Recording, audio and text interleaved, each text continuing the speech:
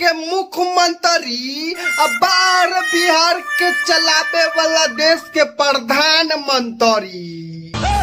हमारा लागता कि चाचा जी ओई दिन गांजा मार के आयल रहल का न, मतलब कि हमरा लागता कि चाचा जी भोजपुरी गाना भी बहुत सुनेला, समझ रहे हो? हमार मतलब कहे के बा कि रउआ जे तरे बोलली ऐसे तो पागलों न बोलेला। लेकिन अंतिम में भीतर मत घुसाओ, उसको बाहर कर दो। अब बताई जरा कि यही से नहीं भौजी कहतिया अब तो भौजी अभी 10-12 गो पैदा हो गई हुई। हाँ बताई लोगन की भौजी हर साल भर जाला। हे रहा नहीं जाता। कहे के बाद मतलब बा कि भौजी के गोदी अब रउआ लोग कुछ भी समझ लेतानी, गजब बा।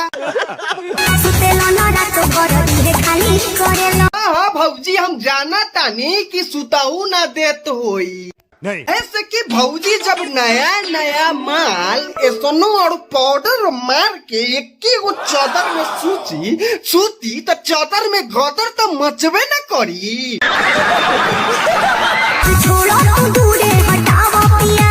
सुर के नाती पागल बाका किशन भौजी के हाथ पकड़े के का जरूरत बा? बात तो सही है। तारी भौजी की हाथ छोड़ दे तो छोड़ दी ना, लेकिन क्यों? आगे के काम स्टार्ट कर दे, मुंह से मुंह जोड़ ले और टंग से टंग रगड़त रहो।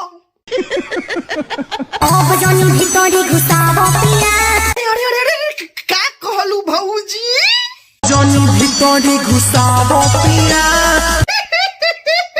भीतरी घुसावे से मना करतारू।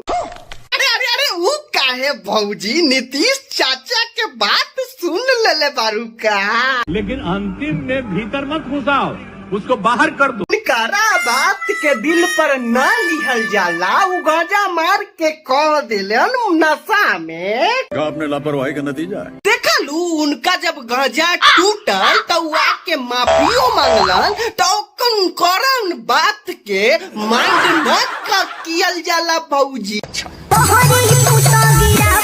अरे ये का कहतारू, जोश में होश केकरो रहेला? इतना कीमती करोड़ों के माल के तू वेस्ट करे के कहतारू। तो आप लोगों को वीडियो कैसा लगा? वीडियो अच्छा लगा तो लाइक कीजिए, सब्सक्राइब कीजिए और हिलाते रहिए जिंदगी भर।